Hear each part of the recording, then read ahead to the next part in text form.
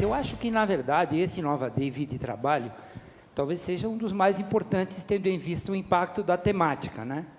Porque o que é a vida? A vida é uma equação, de um lado tem as decisões que a gente toma no decorrer da nossa vida e no outro, embaixo, as consequências dessas decisões. E o trabalho, a escolha do que a gente faz, seja um trabalho como empregado, como empreendedor, seja o trabalho que você tem que fazer depois, né? Porque a gente vai viver 100 anos, então esse desafio é um desafio interessante. E vocês percebem que a gente tem um desafio grande, essa coisa da vida e do trabalho. Por quê? O Vitor acabou de falar que, olha, nós tivemos lá um concurso de estagiário na Genoa, e tem gente de todas as idades, até de 40 anos. Imagina, eu tenho 66, nunca poderia participar do concurso dele. Mas a verdade é a seguinte, a gente tem muitos desafios pela frente. Eu queria começar fazendo uma pergunta para o Armando. Essa questão do trabalho pós aquele período tradicional, aqueles 3 ciclos, né, do aposentou, parou e vai pescar. Não existe mais, tá certo?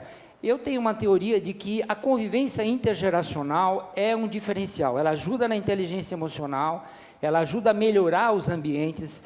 As pessoas mais sêniores, elas têm um pouco mais claro o seu propósito, muitas vezes não conseguem materializar num determinado período da vida, mas aprendem no decorrer da vida. Então, eu pergunto para você, se você não acha que a convivência intergeracional nas organizações, estou falando com gente de mais de 40 anos, tá?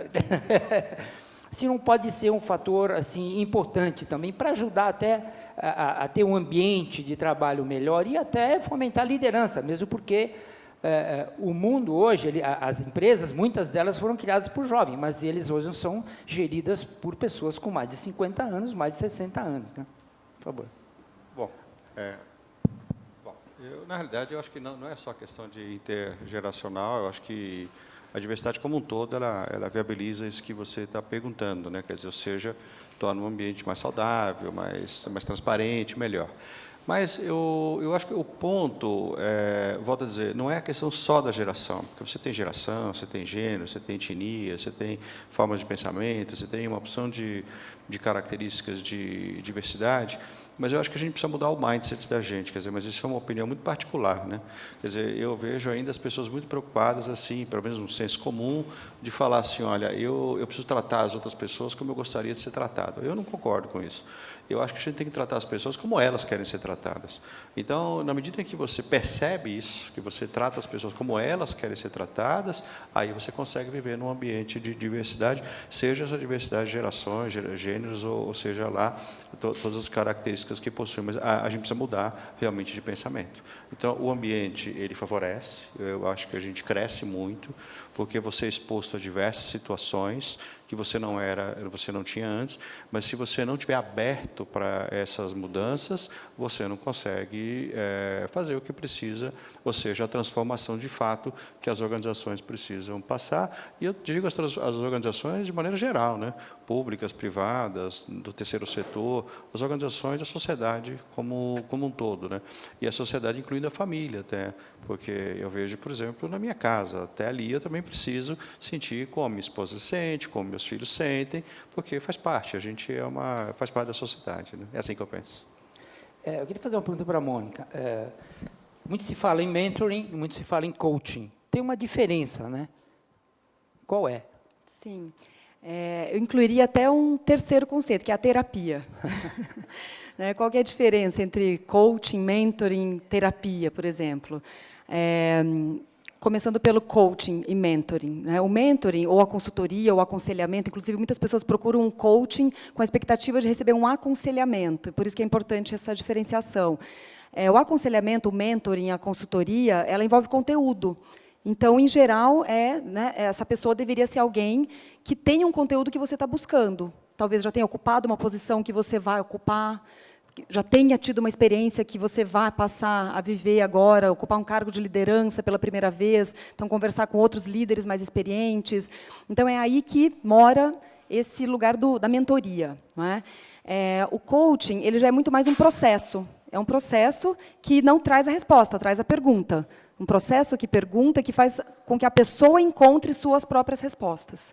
Claro que existe uma intersecção. Muitas vezes, num processo de coaching, existem momentos de brainstorming ou de troca de ideias, referências, contatos, e que entra esse conteúdo. Mas, essencialmente, um processo de coaching, um trabalho de coaching, é aquele que ajuda você a se conectar com uma resposta que já existe dentro de você, mas que, por algumas razões, você não está conseguindo acessar naquele momento, que tem a ver com autoconhecimento. E, poxa, então isso é terapia? Não.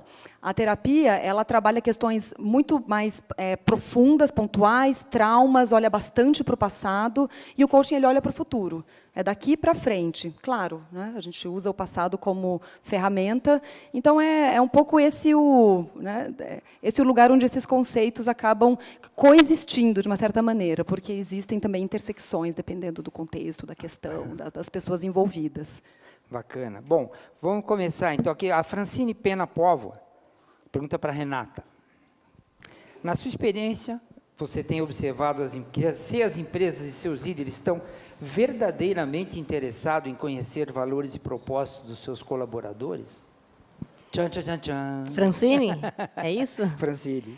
Sim, Francine, eu acho que é até engraçado, assim, as pessoas falam, será que é verdade? É verdade, sim. Cada vez mais a gente está recebendo empresas de todos os setores, multinacionais, empresas pequenas também, startups também, querendo entender o propósito individual de cada colaborador. É muito bacana mesmo, a gente vê que... Claro, por quê? Porque, no final das contas, quando você está falando de propósito, você também está falando de engajamento e produtividade. E as empresas também pensam nisso, né? Eu quero equipes mais produtivas, porque as equipes produtivas, as pessoas mais engajadas, elas acabam, claro, também impactando no retorno financeiro da empresa. Então, sim, a gente vê muito. Na verdade, eu também achei curioso. Eu achava que talvez indústrias ou empresas mais tradicionais demorariam para nos procurar, mas não. Assim, desde que a gente abriu a Talent Academy oficialmente, no momento 1, já tinha gente procurando a gente, desde fazer workshop, ou entender o nosso trabalho, ou entender nossas ferramentas, e a gente desenvolveu a nossa solução, a nossa plataforma, já em empresas mesmo. Foi assim que a gente desenvolveu. Então, começamos offline, né, fazendo mão na massa mesmo, para ir entender como seriam essas ferramentas de uma forma mais escalável, porque a gente acredita muito que, quando a gente entra numa empresa, a gente, de fato, tem que dar acesso à nossa ferramenta a absolutamente toda a empresa. As consultorias tradicionais de recursos humanos, elas geralmente são mais caras, e é um trabalho que as empresas acabam utilizando só para a liderança, né, para os high performers. Então, você faz esse trabalho de desenvolvimento, geralmente, de uma forma tradicional, especialmente pelo custo, com uma pequena parcela da empresa. E a gente queria mudar essa realidade, a gente queria dar acesso a esse trabalho de autoconhecimento e autodesenvolvimento para absolutamente todo mundo numa empresa, até para o pessoal que está na fábrica, às vezes, em qualquer região do Brasil, pela primeira vez, quando um dos nossos principais clientes, que tem fábrica, pela primeira vez, essas pessoas, algumas delas, usaram computador, porque eles disponibilizaram computadores nas fábricas para todo mundo fazer a nossa ferramenta do propósito, e teve um valor incrível para as pessoas, incrível. Pessoas que ou nunca tinham tido acesso ao computador ou a alguma ferramenta online, e também pessoas que nunca na vida tiveram nenhum trabalho de autoconhecimento, autodesenvolvimento. E só de começar o nosso trabalho nessas empresas, a gente viu como aumentou o engajamento e a motivação das pessoas. Bacana. Bom, como a nossa boa parte, ou grande parte da audiência do nosso programa de pessoas que trabalham no setor público, eu vou fazer uma pergunta do Michel, que é da Fundação Anzolini, que é uma das entidades que viabiliza o Inovadei. O Michel também é do nosso time aqui, da equipe, também está sempre atento a essas questões. Então, ele diz o seguinte: considerando que a lei que regula a contratação do setor público tem provas, avaliações sistematizadas, né, aquela história do velho concurso, né?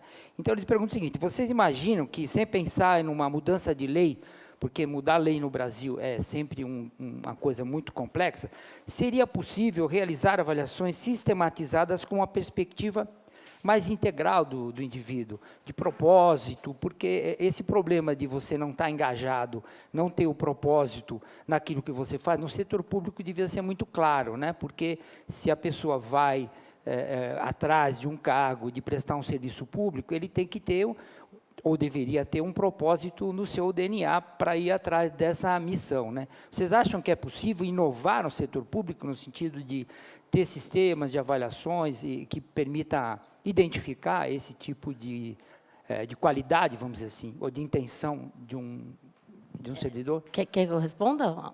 Está aberto, eu para tudo. Com certeza, no meu caso, eu acredito, inclusive, eu acho que o modo de recrutamento está mudando, já tem muitas startups que fazem esse trabalho de fit cultural entre organizações de qualquer tipo, seja no setor público ou privado, para justamente ver se existe o fit, né? que se combina, digamos, tanto a pessoa que está sendo recrutada quanto a organização que está recrutando.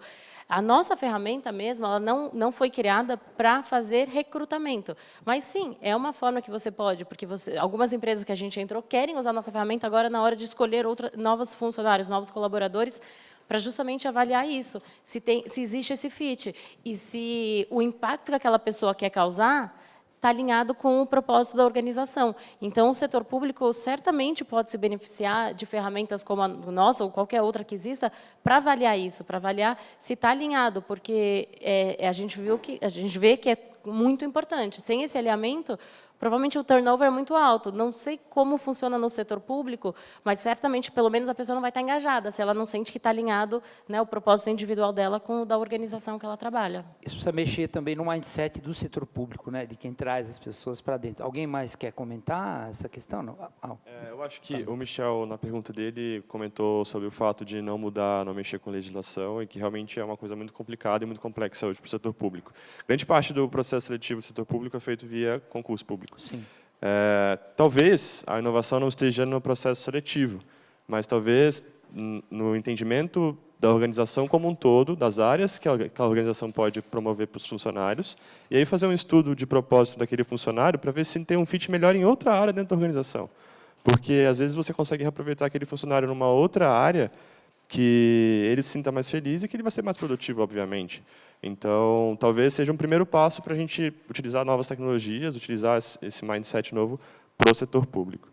Bacana. Bom, eu ia convidar a plateia para fazer pergunta, mas você vê que os candidatos já estão se postando aqui. Quem for perguntar, por favor, se identifique, diga qual é a organização e o seu cargo, por favor. Muito bem. Bom dia. Meu nome é Décio, sou do metrô de São Paulo. A gente já participa de Nova Day faz bastante tempo e agora cada vez com mais pessoas. O tema de hoje é fenomenal, acho que a gente poderia ficar aqui uma semana falando sobre o tema com cada um de vocês, né? E eu ia fazer a mesma pergunta que já foi feita e agora eu vou aproveitar que ela foi respondida para tentar mudar, mas manter o mesmo conceito. Lá no metrô, todo mundo sabe que em empresa pública as pessoas entram e não saem, não é?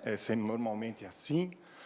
A gente está tentando mudar o mindset, tanto de quem está lá dentro, quanto de quem está de fora, para aquela coisa do o setor público. O setor público pode sim ser bom, pode ser sim inovador, e pode sim pensar em propósitos que convirjam com o seu, o da empresa e o da sociedade. São 3 propósitos se juntando. Quando chegarmos nisso, acho que vai ser o top, né?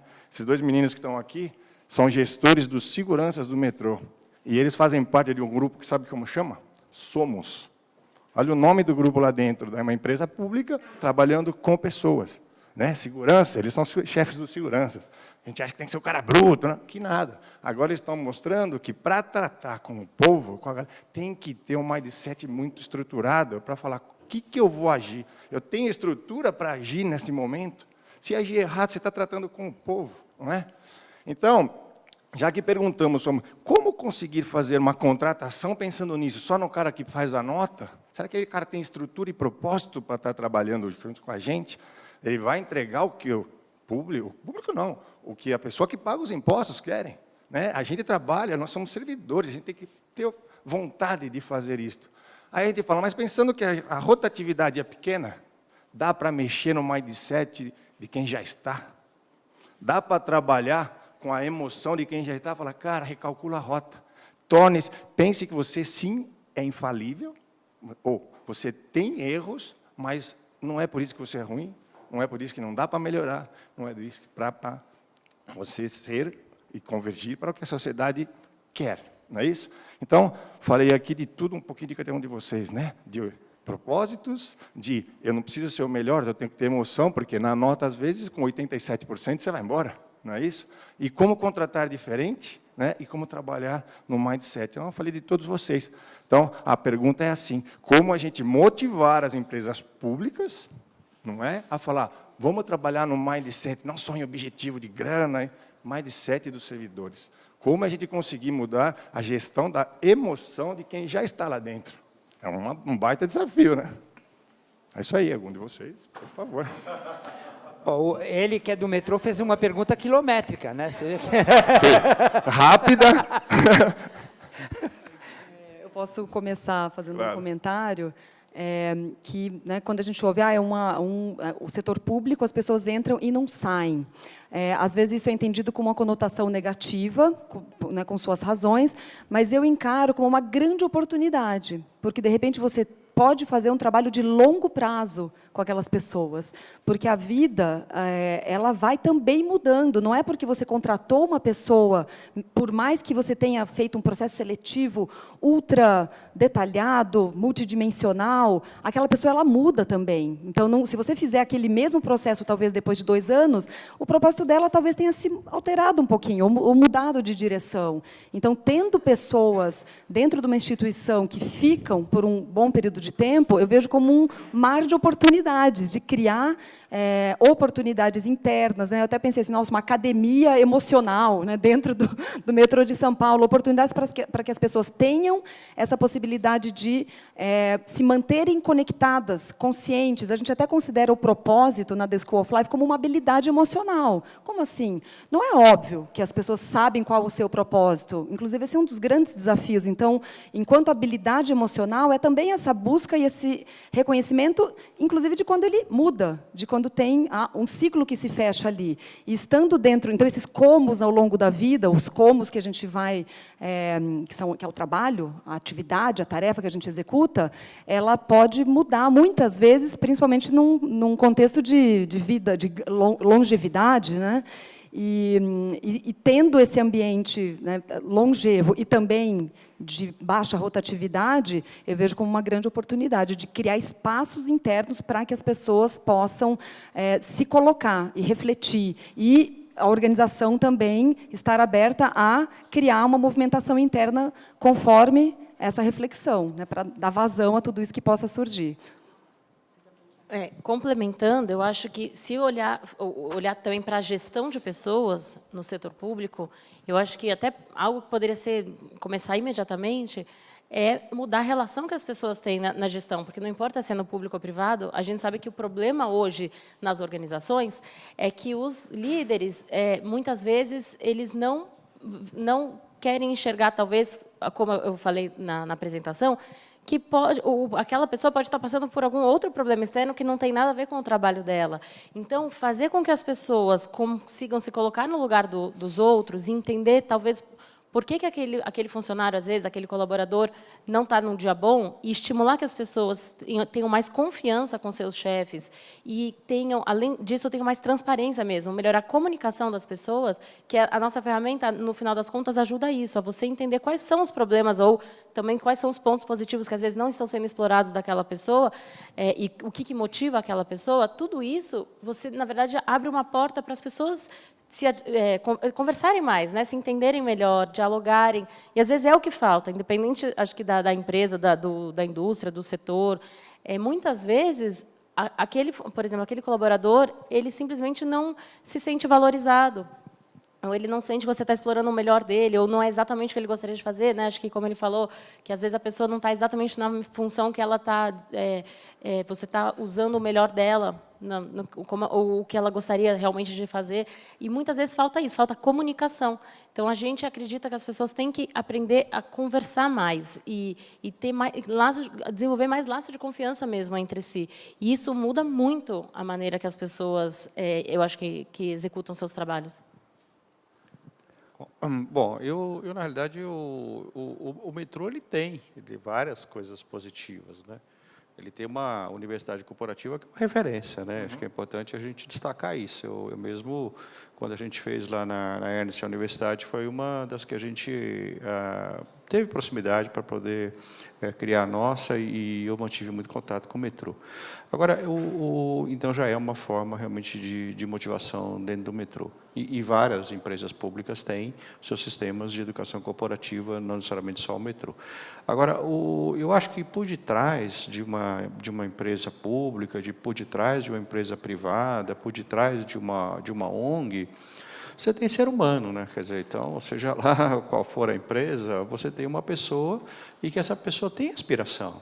Essa pessoa, ela quer crescer, ela pode não crescer numa visão como a gente tem, rápida ou vertical, talvez como a gente tenha num outro setor, mas ela quer crescer num ambiente de aprendizagem, ela quer crescer, ela quer conhecer novas coisas. E aí faz a ponte, por exemplo, quando a Renata comentou da questão do propósito, né? Só que o propósito, você veja, o Instituto Gallup, né, comentando a questão do não engajamento das pessoas, 87%, essa mesma pesquisa, se não me engano, eles mostram que o nível das pessoas que a gente consegue realmente conectar no propósito, acho que está em torno de 5%, 6%, também é um número relativamente baixo. Mas o problema todo é que a gente tem que entender o propósito, mas descer um pouco na terra, né? Então, quer dizer, naquela pesquisa que ela mostrou, que ela fez, ela colocou uma palavra muito importante, que é significado, né? Quer dizer, as pessoas, elas não veem significado naquilo que elas fazem, porque os trabalhos são muito recortados, são muito especializados, e às vezes a pessoa é muito júnior no staff, sobretudo da empresa, e ela não tem essa visão um pouquinho mais global. Então, o papel do líder, na realidade, é você quase que pegar na mão e você mostrar o significado que tem, é você desenvolver essas pessoas, é você se preocupar com essas pessoas. Todo mundo gosta de ser cuidado, todo mundo gosta de perceber onde ela está inclusa. Isso é importante. Então, esse movimento de inclusão que o próprio líder tem que fazer, ele pode ocorrer em qualquer esfera, na pública, na privada, no terceiro setor. Então, volto a dizer, talvez o propósito seja o momento final, mas você tem uma opção de pequenos ganhos que você tem que ter antes, e um deles é, na realidade, o significado. Então, eu acho que uma pessoa ela pode se motivar muito, respondendo sua questão, objetivamente, com a postura da liderança. Agora, eu acho que, mas volto a dizer, a questão da liderança, ela não está necessariamente só como a única responsável. Eu acho que as pessoas têm que ser responsáveis por elas mesmas. Eu acho que a gente não pode ficar terceirizando e dizendo assim, essa pessoa aqui só vai crescer porque tem um líder X. Não é verdade. Eu acho que a pessoa tem que ser protagonista da carreira dela. E a carreira dela não está linkado necessariamente a uma questão como uma figura Y, que você vai para Y, para X, para cima, mas uma figura em W. Ou seja, que você vai podendo fazer diversos projetos, você vai passando por diversas experiências. Então, essa iniciativa, ela também surge da pessoa, seja na esfera pública, privada ou no terceiro setor. Mas, muito embora a minha apresentação foi de liderança, evidentemente que o papel da liderança é muito forte de você mostrar para a pessoa. Note, ela muitas vezes não consegue perceber o significado que ela tem, mas não quer dizer que tenha significado. Muito embora é importante a gente entender o seguinte, nem tudo que a gente fala em empresa também vai ter outro significado. Tem questões que são operacionais, eu também faço questões operacionais, isso é normal acontecer. O que a gente precisa é destacar aquilo que é relevante dentro de um conjunto de habilidades enfim, atividades que as pessoas realizam. Mas o papel do líder é relevante. Ok? Mais alguma pergunta aí da plateia? Não? Ô, pessoal, aproveitar a vida e trabalho. Não? Bom, então, vamos aqui voltar ao nosso auxiliar digital. O professor Liberato, em Minas Gerais. Vou passar a bola de novo para o Armando. Ele fala desses números, estatísticas de pessoas que perdem os seus empregos por causa de comportamento, etc, etc. Então, ele pergunta aqui, provavelmente uma pergunta também de $1 milhão, tá certo? Onde aprender as competências relativas ao comportamento? Como identificar as causas do comportamento inadequado? Bom, eu acho que a identificação, acho que a Renata colocou bem a questão do assessment, né? Quer dizer, acho que é muito importante, as empresas têm o assessment e tal, e você é uma forma, né, de você identificar. Muito embora o próprio dia a dia, o convívio das pessoas, você vai identificando determinados comportamentos. O importante é que a empresa, inicialmente, ela tenha mapeado quais são os comportamentos que ela quer também das pessoas, que ela deseja das pessoas em cada nível que ele está, de certa forma, na organização. Porque quando a gente trata desse tema liderança, por exemplo, o coordenador é um líder, o gerente é um líder, o diretor é um líder, o presidente é um líder, o supervisor é um líder, mas o grau de complexidade que tem em cada nível de liderança é completamente distinto. Então, a gente precisa explicar para as pessoas, olha, você que é supervisor, a gente está muito preocupado que você consiga priorizar atividades dos analistas que respondem para você. Você que é diretor, a gente tem um outro tipo de desejo em termos de evidência ou comportamento esperado. Então, acho que o primeiro passo é um pouco atrás, é a gente identificar quais são os comportamentos que a gente deseja, minimamente, que as pessoas têm em função das competências que ela, enfim, do mapa de competências que a organização tem. Isso é importante. A questão de você fazer a avaliação ou não, você vai pelas ferramentas de assessment que tem. Mas a ferramenta de assessment, na realidade, ela praticamente dá visibilidade para uma coisa que, muitas vezes, se o líder estiver próximo, ele consegue perceber. Isso é muito importante. Aí agora, voltando para a primeira questão do professor, é aquela questão que eu vejo que a teoria 70-20-10 de educação corporativa, de certa forma, ela responde muito bem. Quer dizer, o desenvolvimento dessas competências, não dá para você, por exemplo, imaginar que a pessoa, por exemplo, pegar soft skills, que é o termo que a gente usa muito no mercado para essas questões de comportamento, ou de habilidades socioemocionais e tal. Mas o primeiro, um passo é a educação formal. Eu acho que ele tem um impacto, mas ele tem um impacto de 10%, conforme a teoria fala.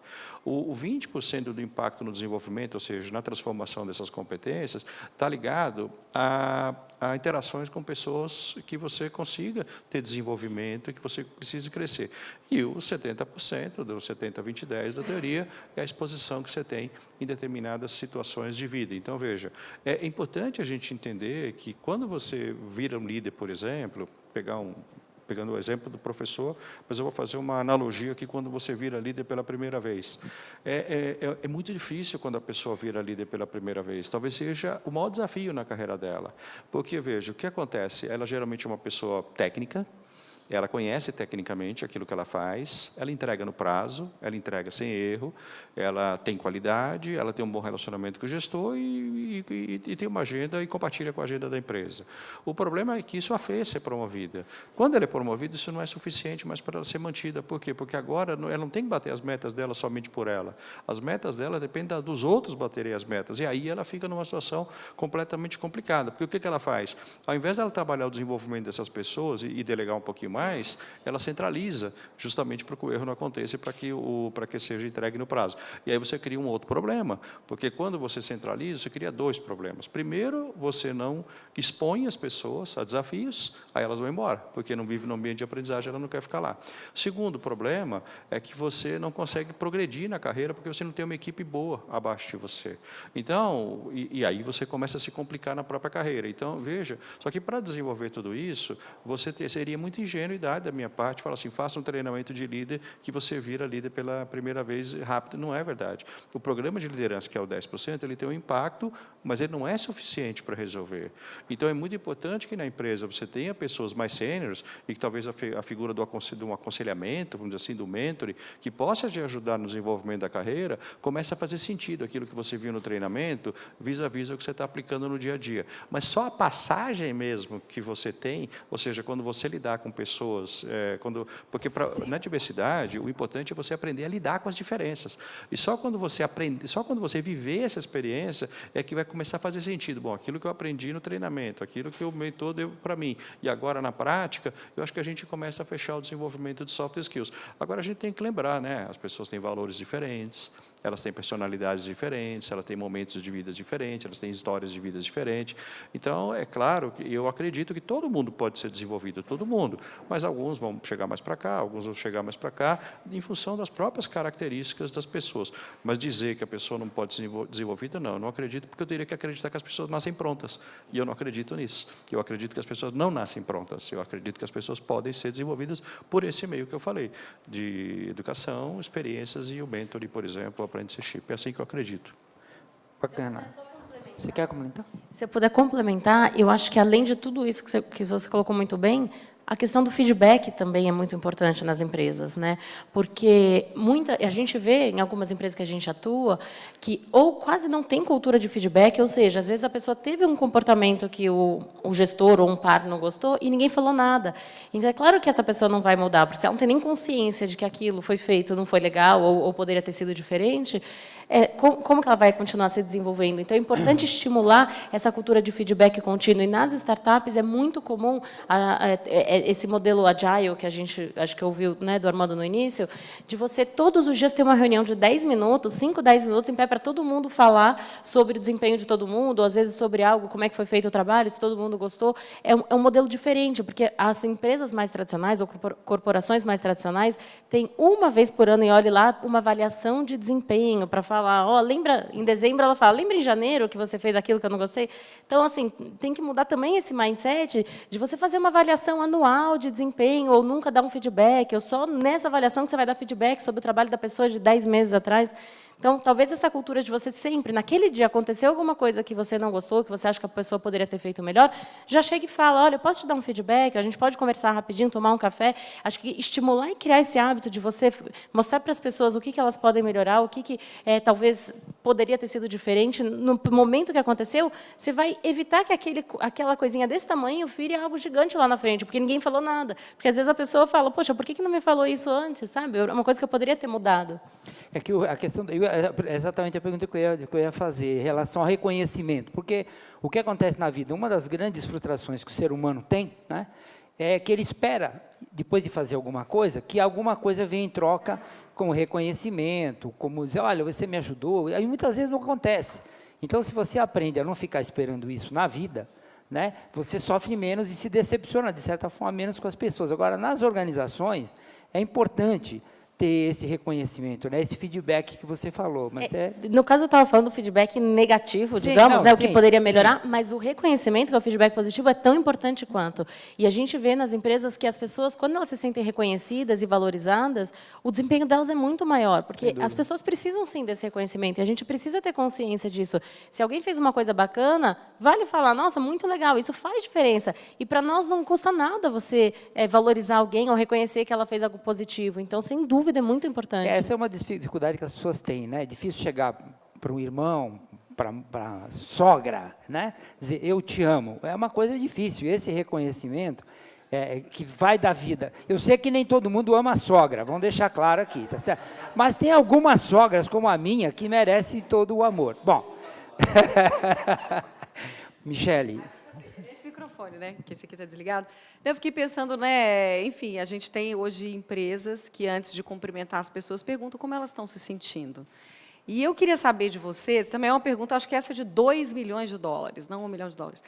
A que vocês atribuem, aí qualquer um pode responder, essa mudança? O que está acontecendo com o mundo que a gente tem a necessidade de fazer um processo de seleção às cegas para contemplar a diversidade, que a gente fica tentando entender como é que um líder pode ser empático, como é uma escola das emoções, uma conexão com o propósito. O que está acontecendo nessa era que a gente começa a ter essas necessidades? Eu não sei se isso tem resposta, mas é um questionamento que eu tenho vivido e falo, por que a gente está fazendo tudo isso? Eu vou começar respondendo, mas acho que essa resposta vai longe. Eu atribuo muito ao fato da valorização da diversidade. Acho que fica claro para todo mundo hoje que quanto mais gente distinta pensando o mesmo problema ou vivendo na mesma situação, mais você consegue resolver aquele problema de uma forma mais rápida ou de uma forma diferente. Então, se você traz ideias, pessoas... E aí a diversidade que eu estou falando aqui não é de gênero, não é de idade, é no sentido global da palavra. Gera a necessidade da gente mudar o nosso comportamento, mudar a nossa forma de ver as coisas, os problemas e a vida como um todo. Alguém mais? Tem. Olha, na realidade, assim, a vantagem de você ter a minha idade é que você já passou por várias coisas, né? E a gente não tinha espaço nas empresas quando eu tinha a idade de vocês para trabalhar. Essa é a grande realidade. Mas a gente tinha os mesmos desejos. A gente também queria crescer, a gente também queria ser feliz, a gente também queria ganhar mais, a gente também queria ter mais tempo. Quer dizer, quando eu vejo, por exemplo, primeiro, eu não gosto muito desses rótulos assim, geração Y, milênio, Z, X, não sei o quê e tal, porque eu acho que fica assim, fica muito dicotômico. A pessoa é isso ou aquilo e tal. Mas, evidentemente, que, por exemplo, eu também quero ter qualidade de vida, eu também quero ter trabalho voluntário, eu também quero ganhar mais, eu também quero subir mais rápido. Então, eu já cheguei à conclusão que eu sou geração Y, né? Meu corpo não ajuda, mas eu sou geração Y. Quer dizer, a grande diferença, eu acho que não está aí. A grande diferença está em como você lida com a hierarquia. E hoje você lida com a hierarquia de uma maneira muito diferente de quando a gente vivia na década de 70, 80, que você lidava de forma diferente. Então, eu acho que as pessoas têm mais voz hoje. As pessoas se colocam mais. Então, os desejos são outros. A gente vive num ambiente de muito mais diversidade do que a gente vivia. Só que isso é muito legal. O que a gente precisa é aprender a lidar com esse ambiente, porque a voz tem. Agora, o problema é que, do outro lado, muitas vezes, você não tem um gestor com repertório. Porque a pessoa, hoje, ela é assertiva, ela pergunta. E se a pessoa que está do outro lado não tem repertório, fica muito difícil a complicação. E aí, por exemplo, colaborando um pouco no que a Renata falou, quer dizer, ou seja, nessa questão de você desenvolver as pessoas, e eu acho que tão importante quanto o feedback é o feed forward. Quer dizer, porque, veja, você aponta, tudo bem, porque, veja, a pessoa, você pode pontuar para a pessoa determinadas coisas, tal, tem que melhorar, tal. O problema é que ela não sabe como fazer isso. E aí, o pior dos mundos seria o gestor pontuar e também não saber como ajudar essa pessoa. Então, o feed forward é no sentido do líder, ele colaborar para que a pessoa tenha esse desenvolvimento. Então, é nisso que eu vejo. As pessoas hoje estão mais abertas, elas querem feedback, mas só o feedback não tem sentido se não vier algo depois. E o algo depois é essa trilha que você, de certa forma, precisa percorrer. E que não é necessariamente, volto a dizer, uma trilha de treinamento, muito embora eu seja professor e valorizo muito, mas você tem outras formas, inclusive de educação informal, que você pode se desenvolver. Então, o feed forward, ele vem um pouco mais nessa linha. Mas toda a base está porque a sociedade é muito mais diversa, muito mais transparente, e é melhor a gente ser assim. É importante a gente valorizar. O que não era legal, a gente não se dava bem. Hoje que é gostoso, agora não é fácil a gente lidar, né? Ou seja, é um desafio, né, para a gente aprender a lidar com as novidades, para todas as pessoas, quem está de qualquer lado, né? Porque nesse ambiente, por exemplo, que você estava falando, de gerações mais jovens entrarem nas organizações, 75% da força de trabalho em 2025 vai ser da geração milênio, cada vez mais a gente vê também um outro quadro, que são pessoas mais novas liderando pessoas mais sêniores. Isso tem acontecido muito no mercado, e que é difícil para a pessoa mais velha, como é difícil para a pessoa mais nova. É muito difícil para cada uma dessas pessoas. Então, a gente tem que respeitar as diferenças. O primeiro passo eu acho que a gente respeitar as diferenças. A gente não precisa concordar com a opinião, mas respeitar a gente precisa. Alguém mais comentar? Claro. Eu estava pensando, né, que enquanto busca, não acho que seja um fenômeno recente, né, essa busca por realização, busca pelo Aristóteles, né, grego antigo, na Grécia Antiga já falava que o grande objetivo do homem é ser feliz. A busca das buscas é a busca pela felicidade. O Nietzsche, né, filósofo alemão, né, falava que um dos grandes objetivos da vida é nos tornarmos quem realmente somos. Então, enquanto busca de condição humana, eu acho que é um fenômeno bastante antigo, mas eu acho que a novidade, talvez, esteja nessa abertura do leque do mundo do trabalho, e que o ser humano começa a enxergar na arena profissional essa possibilidade de se realizar também de uma forma mais completa. Então, na minha visão, né, pela vivência que a gente tem tido, essa que tem sido a novidade. Poxa, e que eu acho que traz uma armadilha também, porque, de repente, deposita-se uma expectativa excessiva sobre a vida profissional. De repente, todos os seus problemas, toda a sua realização precisa acontecer na vida profissional. E não necessariamente, porque é um todo. Nossa vida é um leque composto por não somente trabalho, lazer, família, vida social, enfim. E eu acho que é importante, né, trazer isso. Poxa, o trabalho, sim, é importante. Nós temos hoje muito mais opções do que tínhamos, do que nossos avós, bisavós, tataravós tinham lá atrás. Mas será que dá para colocar um peso desse tamanho em cima da vida profissional? Quanto que a gente também não tem que, né, se retirar e olhar de uma forma mais panorâmica, de vez em quando, e ver o que cabe aqui, o que cabe fora, e, dessa maneira, a gente fica mais inteiro, enquanto indivíduo. Bacana. E, além disso, Oi. também, Fala, só para complementar a última coisa, eu acho que a tecnologia também mudou muito a maneira que as pessoas têm acesso à informação, as pessoas se relacionam. E é claro que a gente não tem como negar que a tecnologia impacta também, né, a nossa vida, quem a gente é. As novas gerações que já estão nascendo no ambiente com tecnologia, é diferente, né? É a maneira que ela tem acesso. Minha filha vai fazer 3 anos, eu vejo com ela já nasceu nesse mundo virtual, com acesso a FaceTime, a vídeo, chamada, a maneira, tudo é diferente. O cérebro já está se desenvolvendo de uma maneira diferente. Então, eu não tenho dúvida que a tecnologia tem um impacto muito grande também nessas aspirações, também no como você enxerga o mundo. Então, agora, daqui para frente, que as novas gerações já realmente estão nascendo no ambiente da tecnologia, eu acho que a gente vai conseguir entender, talvez, até qual vai ser o impacto, de fato, nas novas gerações, né, por causa da tecnologia e dessa maneira nova das pessoas se relacionarem também no mundo virtual. Bacana. Tem mais alguma coisa? Não, nada. Posso Obrigado. seguir aqui na minha bíbliazinha. Bom, aqui a pergunta da Alice Coelho, de Mato Grosso, já que a gente está falando de tecnologia, né, Renata? Ela diz o seguinte: quais as mais perigosas interferências que a tecnologia tem na vida das pessoas? Hoje, eu começo a trabalhar às 6, ela acorda cedo, né? E vou até 10 da noite. Está certa essa gestão por WhatsApp?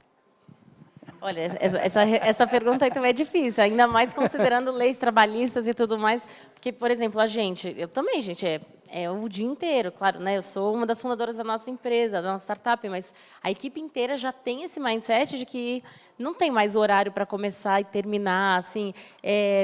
Também é uma mudança que a gente está passando e a gente está aprendendo como lidar com essa nova realidade. O WhatsApp, de fato, é uma ferramenta de trabalho para todos nós. A gente se comunica, cai o site 11 da noite, eu mando o WhatsApp para o time, né, nosso time.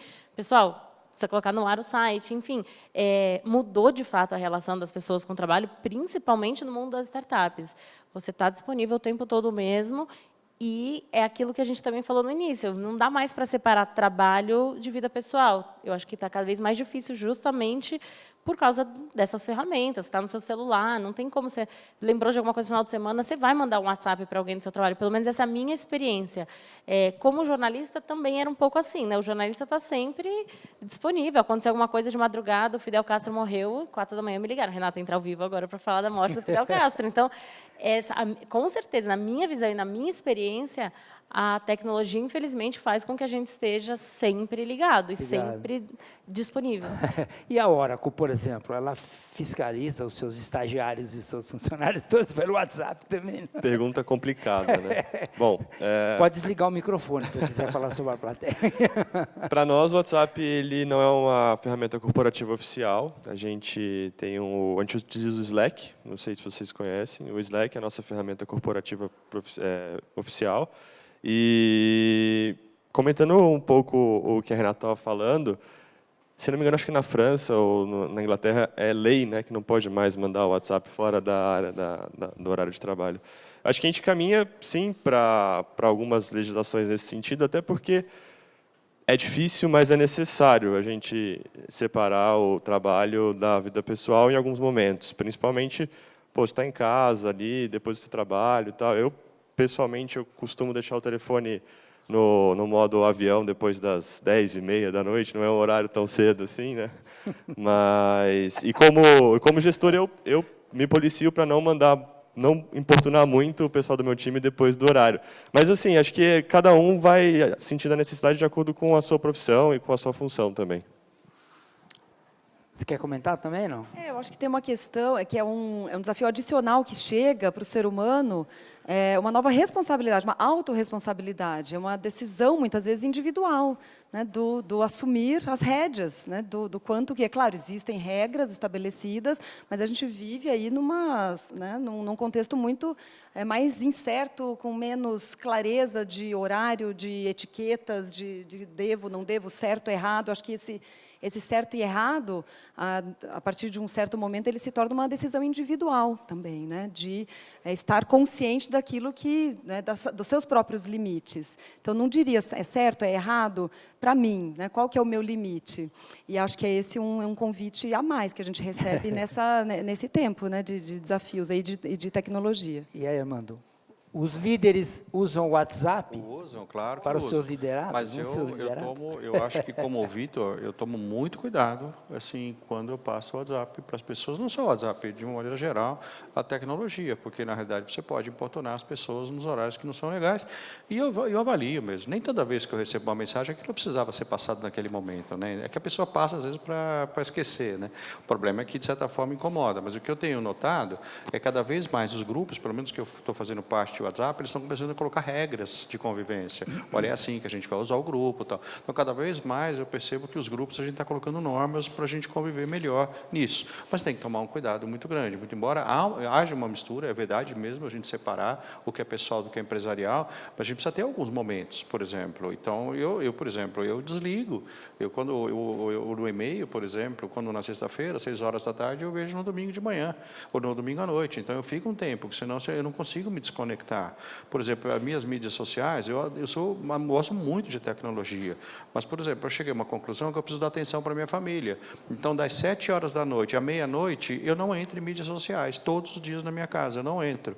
E se você entrar nas minhas mídias, você vai ver que estou super conectado, mas eu não entro nesse horário. Esse horário é para a minha família. Você tem que ter alguma disciplina, porque senão você entra num ciclo que você não sai mais. Eu estabeleci esse, não sei se é o melhor para mim, mas está sendo, pelo menos, imagino eu, para a minha família, porque eu dou atenção. Por quê? Porque eu durmo tarde, acordo cedo, então quando minha família vai dormir, aí eu vejo minhas mídias, eu não estou incomodando ninguém. Mas é a solução que eu encontrei para mim, não sei se é a melhor para as pessoas. A gente precisa ter alguns limites nesse tipo de coisa, senão fica inviável, né? Entendeu?